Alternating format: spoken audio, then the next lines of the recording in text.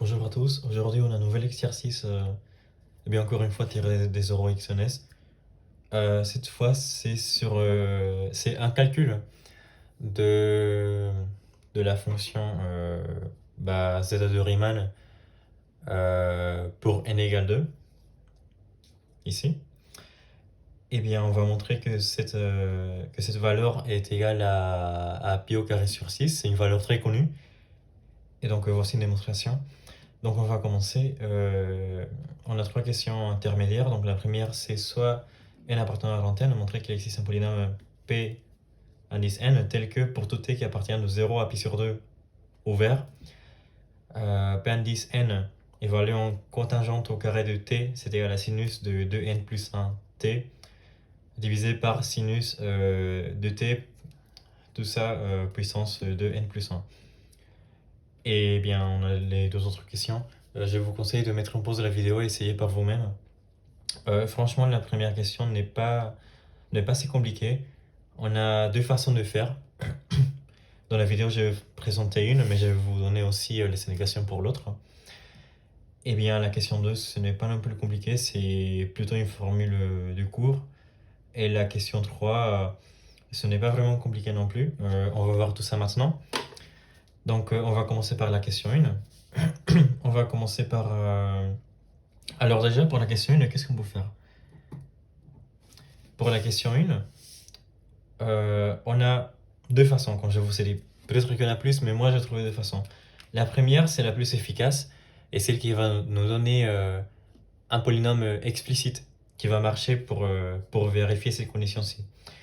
Et la deuxième méthode, elle va nous dire que le polynôme existe, mais on n'aura pas forcément une expression implicite. Donc c'est utile pour répondre à la question, parce qu'on nous demande seulement de montrer qu'il existe. Mais pour la suite, pour la question 2 et 3, par exemple, ça ne nous sera pas utile. Et on se verra forcé à trouver une formule, à trouver un polynôme explicite qui satisfait cette condition. Donc bon, on va commencer. Alors tout d'abord, je ne sais pas si vous connaissez la fonction contingente. En soi, les fonctions, alors ça c'est un peu de culture générale. Les fonctions sinus, par exemple, sinus ut, cos ut, et bien la tangente aussi, la fonction tangente. Alors, ces trois-ci, elles admettent des cofonctions. D'accord? Bon, je ne sais pas si c'est vraiment ça l'équivalent en français, je connais en espagnol, mais normalement, l'introduction serait à des cofonctions. En réalité, on a la fonction qui a t associe le cosinus de t, qui a t associe la séquente de t et qui a t associe la cotangente de t. Et ces trois fonctions-ci sont dites cofonctions parce qu'en réalité, elles sont juste définies comme l'inverse de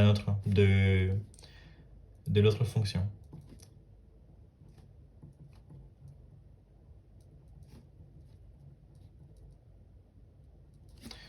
D'accord? Je sais pas si... Alors, je sais qu'en France, on ne les utilise pas forcément, mais en réalité, c'est juste l'inverse de la fonction sinus. Dans l'autre, c'est l'inverse de la fonction cosinus, et l'autre, c'est l'inverse de la fonction tangente. Ça n'a rien de spécial. Et bien évidemment, lorsque cela fait un sens, c'est-à-dire lorsque le sinus ne s'annule pas, lorsque le cosinus ne s'annule pas, et lorsque la tangente ne s'annule pas. Bon. Donc voilà, c'est assez utile de savoir la définition de la cotangente et aussi de la séquente de la du cosinus. Enfin, cosinus, c'est pas cosinus, c'est... je trouve pas l'équivalent en français, je suis désolé, mais on l'écrit comme ça. CSC évalué en T, enfin CST de T, est égal à ça. Donc bon, bah écoutez, voilà, c'est un peu une espèce de remarque culturelle. Donc ici, on voit que la cotangente, elle est bien définie parce que c'est entre 0 et pi sur 2 ouvert, donc en particulier la tangente ne s'annule pas et le sinus non plus. Enfin, c'est pour ça que la tangente ne s'annule pas. Merci beaucoup, Josué.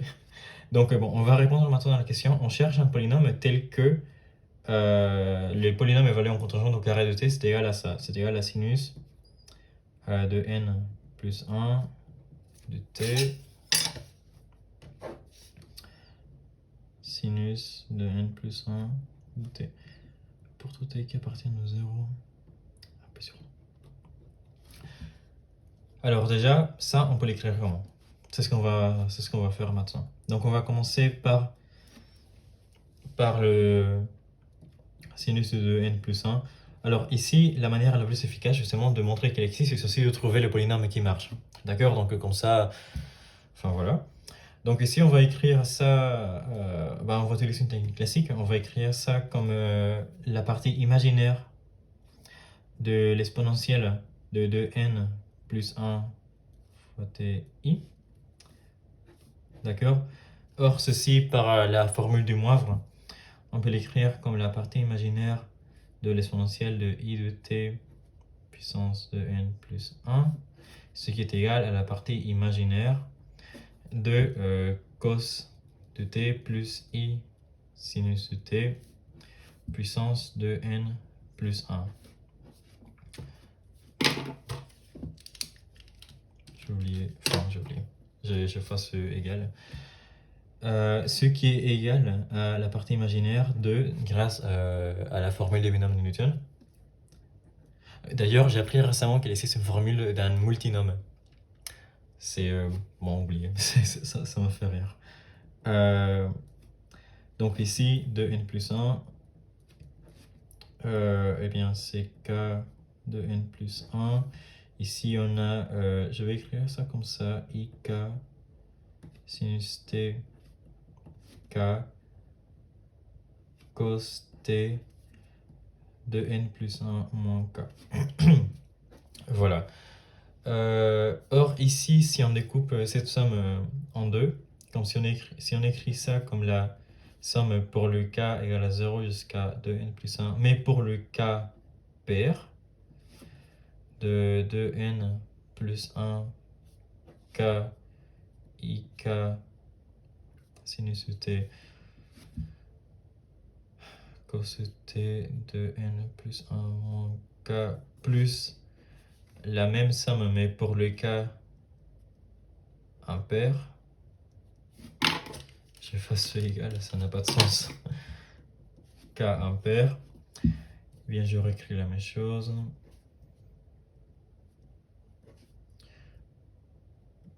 Ik sin tk cos t de n plus 1 moins k. Alors ici, on n'arrive pas à lire bien ce qui est écrit, mais c'est la même chose qu'ici, d'accord? De n plus 1 moins k. Ok, donc ici, ça tombe bien parce que lui, il est réel. Le pourquoi? Parce que vu que k est pair, k peut s'écrire comme la forme de 2j, 2 fois j. Or, i puissance 2j, c'est moins 1 puissance j. Donc voilà, et vu que le sinus de t et le cos de t, ce sont des réels lorsque t est un réel, et bien ici c'est un réel, et ici par contre c'est un imaginaire. Et on va voir ça tout de suite. Alors déjà, lui, il disparaît. Donc on écrit ça comme la partie imaginaire de la somme k égale à 0. Alors ici on va faire un changement d'indice, d'accord? Ici on va poser k égale à 2j plus 1, d'accord? De telle sorte que lorsque k c'est égal à 0, et bien le j c'est... Non pardon, lorsque le k c'est égal à 1, parce qu'on considère les k impairs, bien j c'est égal à 0. Et lorsque k c'est égal à 2n plus 1, alors le j c'est égal à n1. Donc le j il varie entre 0 et n.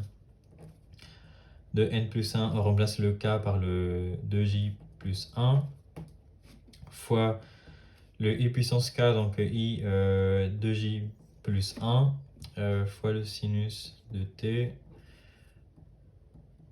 2j plus 1 cos t. Et ici on avait 2n plus 1 moins le k, donc moins 2j moins 1.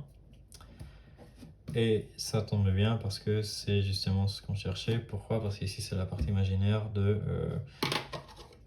Bon bah ici je l'écris pas, enfin si vous voulez je l'écris. Plus quelque chose qui appartient à R. D'accord? Donc voilà.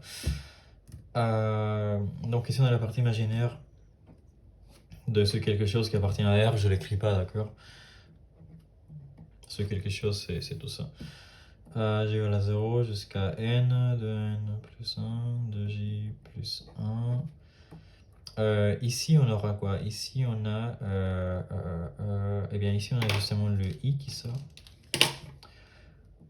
On peut factoriser tout ça par i, et ici on aura tout simplement moins 1 puissance j.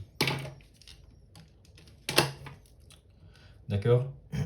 Fois eh bien, le sinus de t de j plus 1 fois le cos de t au carré de n moins j. D'accord? Eh bien, on cherche la partie imaginaire, donc c'est bien égal à ça. À 2n plus 1. Oula. Je pense déjà à diviser par lui. Moins 1 j sinus t de j plus 1 cos au carré de t. C'est un peu ambigu le 2 qui est là, c'est ici le 2. De n-j. Ok, donc ça c'est cool. Ici on a écrit le sinus de n plus 1 fois t comme ceci. Donc maintenant on va diviser tout ça par sinus puissance 2n plus 1 de t. Donc on va écrire ici, on a alors que sinus de 2n plus 1 de t divisé par le sinus de n plus 1 de t, c'est égal à quoi? Alors je sors un peu de... c'est ici. Alors c'est égal à la somme de j égale à 0 jusqu'à n de 2n plus 1 de j plus 1 moins 1 puissance j. Et ici, alors regarde, donc ici on a le sinus de t de j plus 1. Et lorsqu'on divise par le sinus de t, tout ça, puissance 2n plus 1, et bien ici, le 2n plus 1 passe à se soustraire. Donc ici, moins 2n moins 1. D'accord? Or, bon bah je vais l'écrire. Non. Bah lui c'est quoi? Tout ça, c'est égal à 2 g moins n. Ou si on l'écrit d'une autre façon,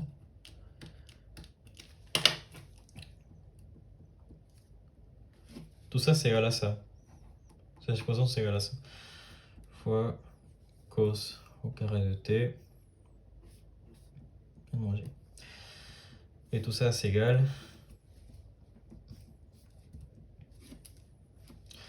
de 2n plus 1 de j plus 1 moins 1 puissance j moins 1 puissance j. Et bien ici, je vais mettre un gros parenthèse. Donc ici on a cos au carré de t. Regardez, ici on a n moins j. Ici on a moins 2 n moins j. Donc si ici je vais écrire un truc couleur. Tout ça, on se concentre sur le sinus de t puissance tout ça.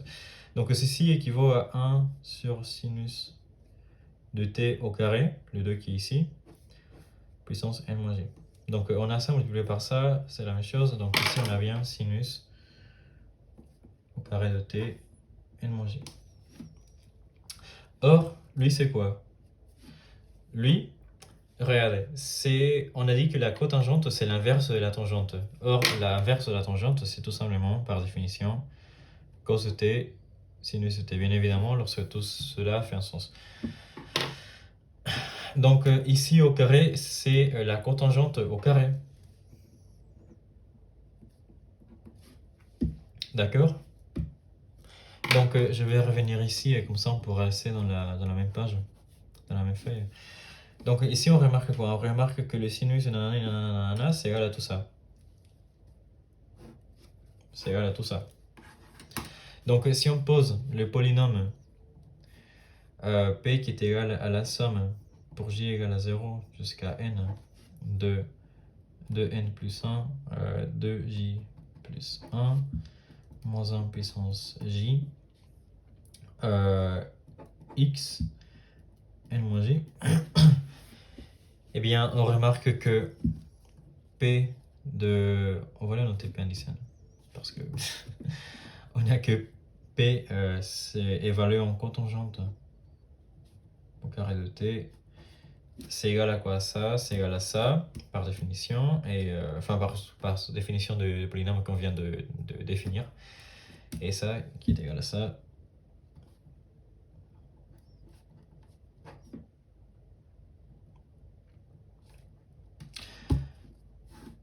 Donc ce polynôme-ci vérifie bien la condition qu'on nous avait imposée au début. Donc oui, il existe, et le polynôme, c'est celui-là. D'accord? Donc c'est lui le polynôme. Alors, ici, bon voilà, c'est un peu classique en réalité lorsqu'on voit le sinus de n fois t, on pourrait essayer à linéariser. Non, pardon.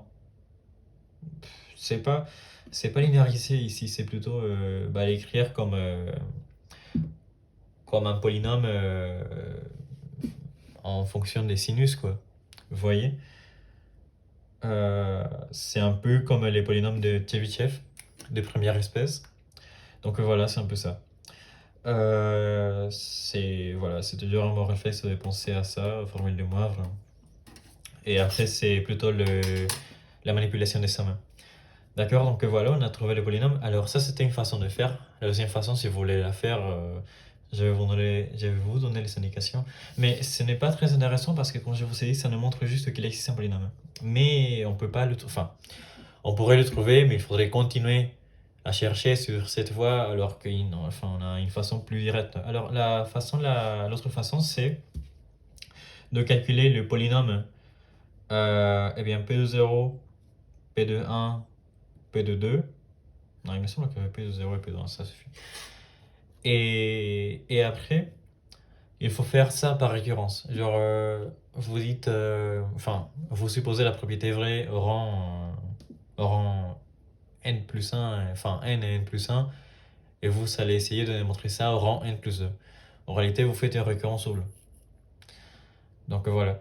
Et après, il faut juste s'embêter un peu avec les formules de trigonométrie, de la somme des sinus et la somme des cosinus, et bidouiller pour donner une forme de polynôme p indice n plus 2 en fonction de p indice n plus 1 et en fonction de p de n.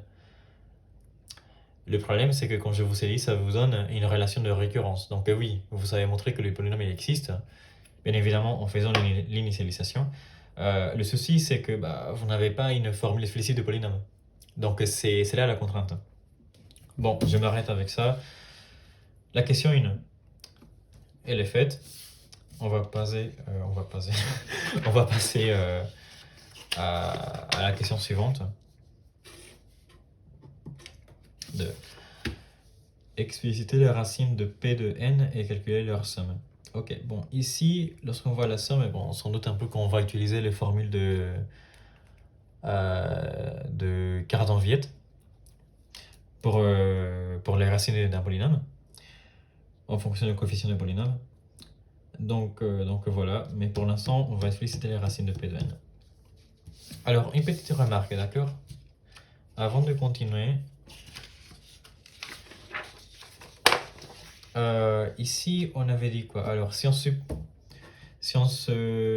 place, je vais écrire une autre couleur. Si on se place en intervalle t qui appartient de 0 à pi sur 2, qui est l'intervalle qui nous intéresse en réalité, parce que toute l'étude se base, enfin, se positionne dans cet intervalle-ci, la tangente dans cet intervalle, elle est croissante. D'accord? La tangente, elle est croissante sur cet intervalle. Elle est certainement croissante même.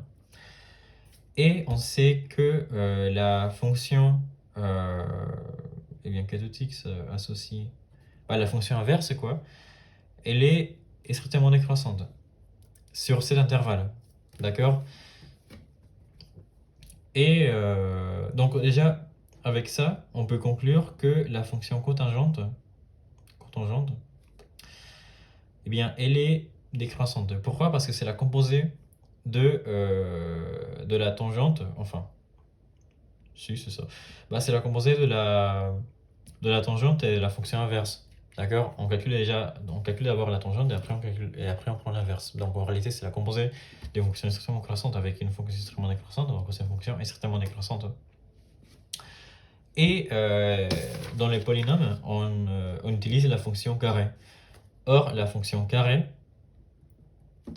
elle est extrêmement croissante dans cet intervalle aussi. D'accord?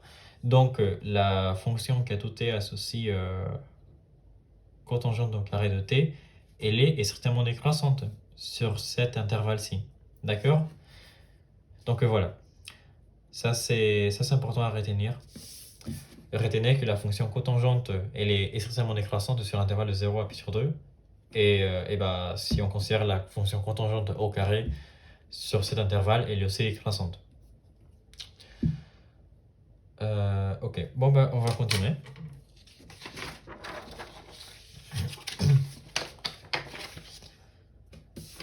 Question 2, expliciter les racines de P de n. Alors ici on va réécrire le polynôme P de n.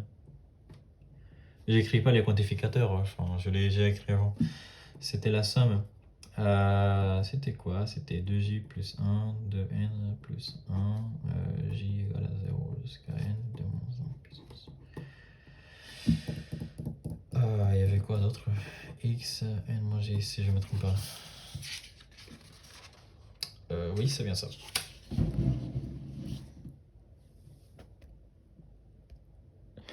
Ok.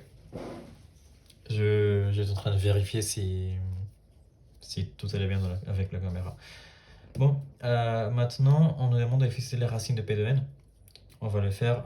Tout d'abord, on avait vu quoi? On avait vu que P de n est évalué en cotangente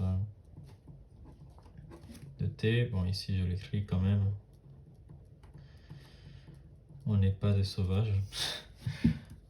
C'est égal à sinus de n plus 1 t sinus de n plus 1 t. Ok, donc tout ça c'est égal à 0 si et seulement si. Alors déjà, lui s'annule pas. On l'avait déjà remarqué dans la question 1. Parce qu'on est dans le bon ensemble, ça c'est cool. Donc si ça s'annule si seulement si, et ben le sinus de n plus 1 fois t s'annule. Si et seulement si, ce qui est dans le sinus, c'est-à-dire 2n plus 1 fois t, il est congru à 0 modulo pi. C'est-à-dire s'il est un multiple de pi. D'accord? Donc on a ça.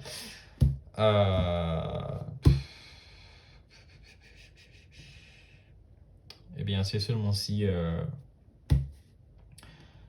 le t c'est k pi divisé par 2n plus 1, le k qui appartient à z. D'accord? Ça, j'ai juste traduit le congru à pi. Donc ici, il ne faut pas oublier l'intervalle. Donc t, il doit appartenir de 0 à pi sur 2.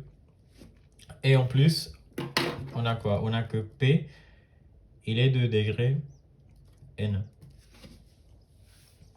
J'espère que c'est évident. Donc bon, si jamais c'est pas évident, qu'est-ce que je peux faire pour le démontrer, hein?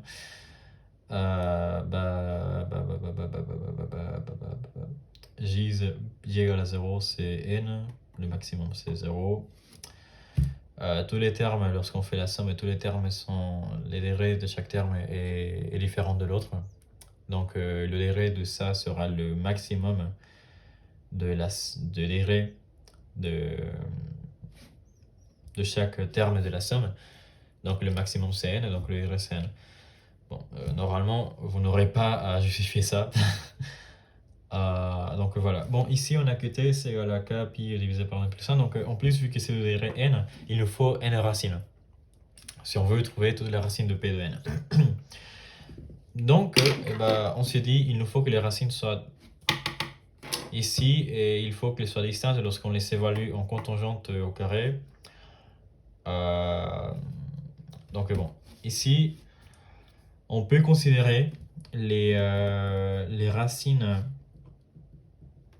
k pi de n plus 1 avec... Alors ça, c'est pas encore les racines, attention. Pour le cas qui appartient de 0, non, pas de 0. Sinon, on aurait une racine de... En plus, ça marche pas. Enfin, on n'est pas dans le droit intervalle. De 1 à n. D'accord? Donc, on va d'abord vérifier que ces racines-ci, elles appartiennent bien à de 0 à pi sur 2. Donc, on va écrire l'encadrement suivant. C'est pi de n plus 1 inférieur ou égal à k pi de n plus 1 inférieur ou égal à n pi de n plus 1. Alors lui, il est strictement positif, donc il n'y a pas de souci. Et lui, il est strictement inférieur à pi sur 2. Si et seulement si, eh bien le pi disparaît. Et ici, on a de n extrêmement inférieur à 2n plus 1, ce qui est vrai. Donc on a bien que le t, il est bien entre 0 et pi sur 2 ouvert. Donc pour l'instant, on n'a pas de souci de définition, donc ça c'est bon, ça c'est cool.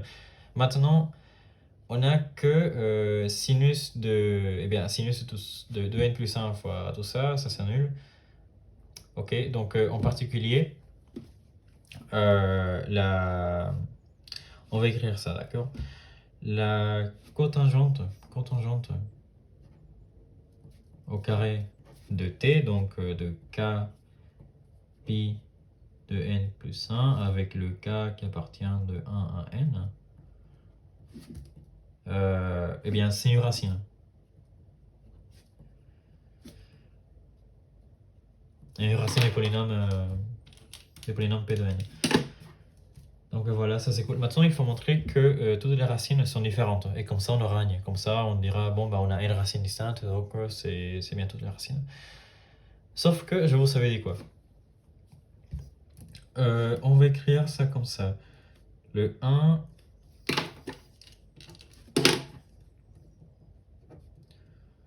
c'est 1 fois pi, mais bon, je l'écris juste pour l'écrire. Ici, c'est 2n moins 1. Non, qu'est-ce que je raconte? C'est n moins 1 pi de n plus 1 inférieur à n pi de n plus 1. Ok, on a ceci. C'est juste une chaîne des signalités districtes. On a ça, j'écris ça parce que le cas il varie entre 1 à n, donc voilà. Et maintenant on va appliquer la fonction cotangente. Eh bien la fonction que j'avais écrite ici, la fonction cotangente au carré de t. On sait d'après tout ça, normalement on peut le dire à l'oral, on n'a pas besoin d'écrire tout ça. Elle est décroissante. Et strictement décroissante. Donc en particulier tous les termes cotangente de n pi de n plus 1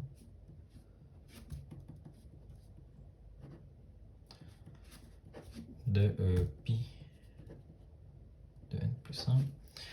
Eh bien, tous ces termes-ci, ils sont distincts. D'accord? Et vu qu'ils sont distincts, c'est gagné, quoi. On a que... eh bien, on a quoi, on a ici? On a n racines des polynômes p de n, et les n racines qu'on a trouvées sont distinctes, grâce à ça. D'accord? C'est ça la justification. Franchement, j'aime bien ces genres de justifications, comme ça on s'embête pas je sais pas, à prendre deux éléments quelconques tels que i n'est pas égal à j et montrer qu'ils sont distincts. Enfin, je trouve que ça c'est une façon plus propre de démontrer que toutes les racines sont distinctes. Donc voilà, pensez-y. C'est assez utile lorsqu'on a des polynômes de Tevitchev, de n'importe quelle espèce, ou des polynômes comme ça, par exemple. En général, lorsqu'on a à introduire des fonctions, quoi. D'accord? Bon, bah voilà, c'est gagné. Maintenant, on peut écrire quoi? On peut écrire grâce à ça que P de n, c'est égal. Alors, ici, c'est quoi le coefficient dominant de tout ça? Le coefficient dominant de tout ça, c'est le terme pour j égal à 0. Donc 1 parmi 2n plus 1, donc 2n plus 1, c'est le coefficient dominant de polynôme, d'accord? Fois le produit pour k qui varie entre 1 à n de x moins cotangente au carré de, eh bien, k pi sur 2n plus 1. D'accord? Donc lui, c'est égal à tout ça. J égale à 0, n de n plus 1 de j moins 1j. Ok? Bon, ça c'est plutôt cool. Une fois qu'on a ça, ok. On a calculé, on a explicité les racines de P de n et maintenant on veut calculer leur somme. Ok, pour calculer les sommes, c'est quand même. Eh bien, c'est très bien d'avoir trouvé toutes les racines de P de n. Pourquoi? Parce que maintenant on peut utiliser les formules de Cardon-Viette pour les racines de polynômes. Ok, donc on va faire ça maintenant. Alors, qu'est-ce qu'on sait? On sait que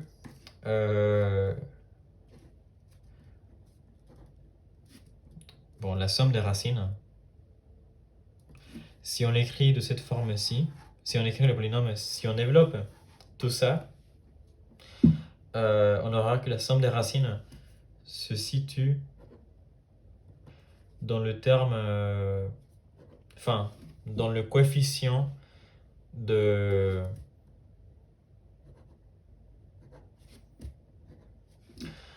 quoi? Alors, d'après la formule, ici, on a d'abord ça, après ça, donc c'est... attendez. Normalement, c'est ça. Je vais mettre en panneau, ne vous inquiétez pas. Donc, la somme des racines se situe dans le coefficient de x moins 1, x moins 1. Et voilà. Donc voilà, c'est gagné, quoi. Et on a une égalité entre ça et ça. D'accord? Donc, on sait c'est quoi le coefficient de lui. On connaît le coefficient de lui. D'accord? On a une formule explicite et on a le coefficient dominant et on a tout ça. Donc, on aura. Je vais noter. Je vais écrire ça ici, d'accord? Bon, j'écris ça ici, c'est pour ça, pour que ce soit plus simple.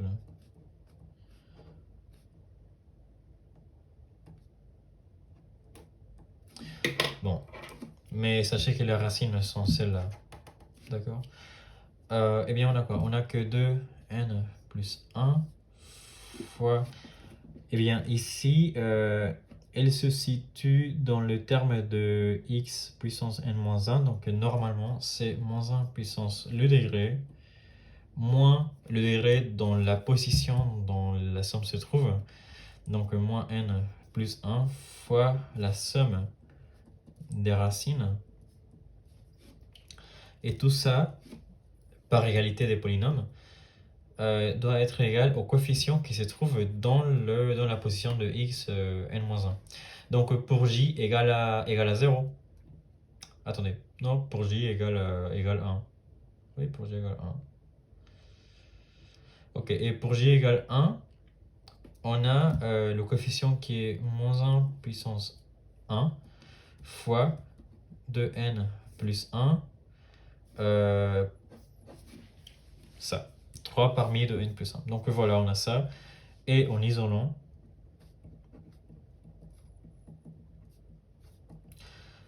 eh bien lui, c'est juste moins 1 puissance 1, donc lui, ok. ok. Et ici, attendez, on a 2n plus 1, 2n, 2n moins 1.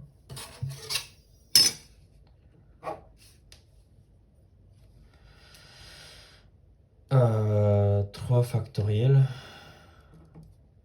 fois 2n plus 1, donc le 2n plus 1, et lui, ils partent.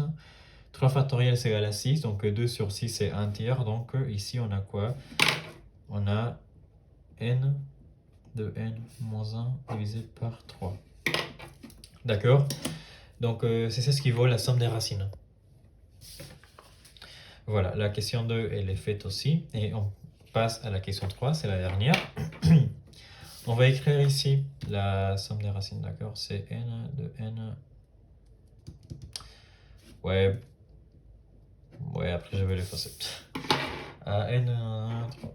Ok, bon bah c'est cool. Et il faut se rappeler que la somme des racines c'est ça. Enfin la somme de ça pour le cas qui varie entre 1 et n. Ok, eh bien c'est cool, on a bientôt fini. Si jamais vous tombez sur un exercice pareil aux XNS, et bah soyez contents. Vous serez presque dans la poche votre admission. Ça serait tellement cool. En observant que ici heureusement qu'on nous donne cette inégalité, parce que en réalité l'exercice en soi n'est pas compliqué. Enfin, vous voyez que c'est plutôt des réflexes savoir qu'une autre chose, mais la difficulté est plutôt dans les questions.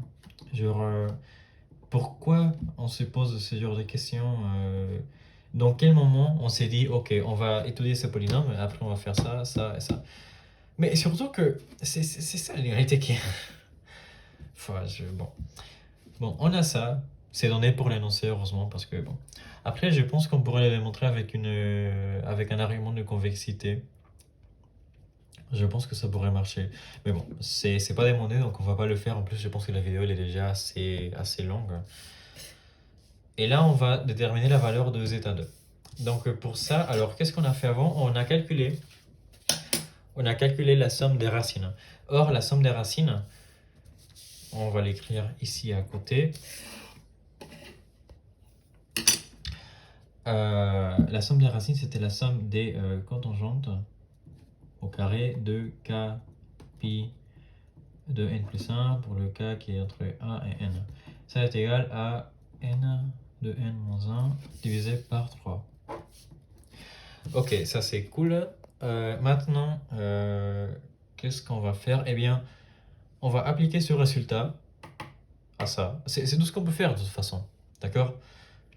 Donc on va faire ça. On va appliquer le résultat et faire la somme pour le k qui varie entre 1 et n. Donc on va d'abord écrire le résultat qu'on a ici. Cotangente au carré de le t qui est égal à k pi de n plus 1 inférieur ou égal à eh bien ça au carré, donc de n plus 1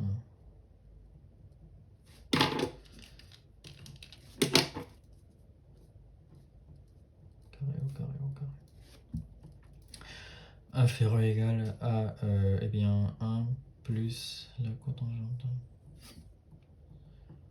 k pi de n plus 1. Ok, et tout ça, on va faire la somme. La somme pour le cas qui varie entre 1 et n.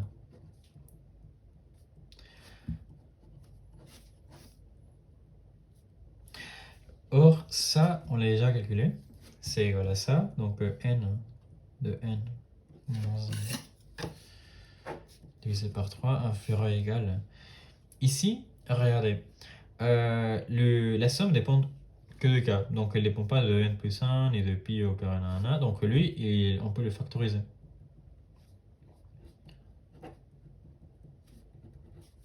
Et regardez, on a fait apparaître ce qu'on voulait, qui est justement zeta2.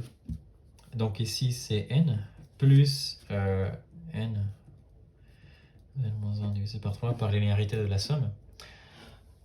Donc voilà, c'est bientôt fini. Maintenant, on va diviser par, eh bien, justement, par 2n plus 1 divisé par pi, tout ça au carré. Et on aura k égale à 1 de n. Alors, ici, on a quoi? Ici, on a pi au carré sur 3 fois 2n au carré moins n divisé par, en développant ça, on a 4n au carré plus 4n plus 1 inférieur à la n. Ouais, je l'écris quand même. Ouais, écris-le quand même. C'était 2n plus 1 au carré. Oui. Plus, et bien ici on a la même chose.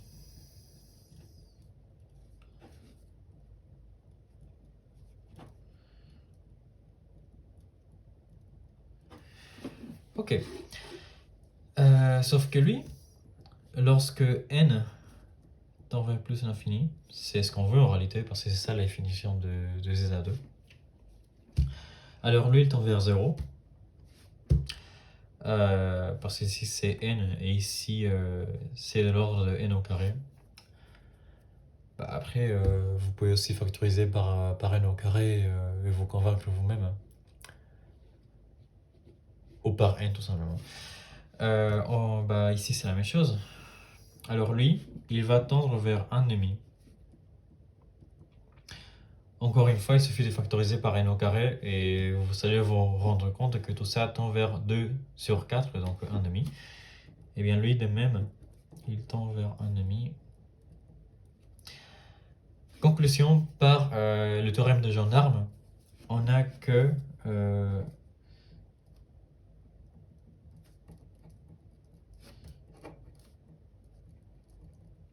bien lui, il tend vers pi au carré sur 6. D'accord? Bah, pi au carré sur 3, tout ça fois 1,5, c'est pi au carré sur 6. De même ici. Donc voilà, ça conclut la vidéo. Ok, normalement tout va bien. Ça conclut la vidéo. J'espère que cela vous a plu. J'ai pas pu faire plus court. Oui. Bon, alors, les seuls... Bon. La vidéo, là, elle est finie, vous pouvez partir. C'est juste un peu de remarque un peu culturelle. Je sais pas si vous savez, mais ça, bien évidemment, c'est pour le calcul de zeta2. Mais il existe une formule pour zeta n, lorsque n est pair. D'accord, il existe une formule pour ça. Si je ne me trompe pas, zeta 4, c'est pi puissance 4 sur 90. Et ainsi de suite. Et alors, ça c'est drôle aussi. Le zeta n, lorsque n est pair, c'est quelque chose fois pi puissance n. Donc voilà, bah, le pi il est toujours là en fait. C'est assez drôle.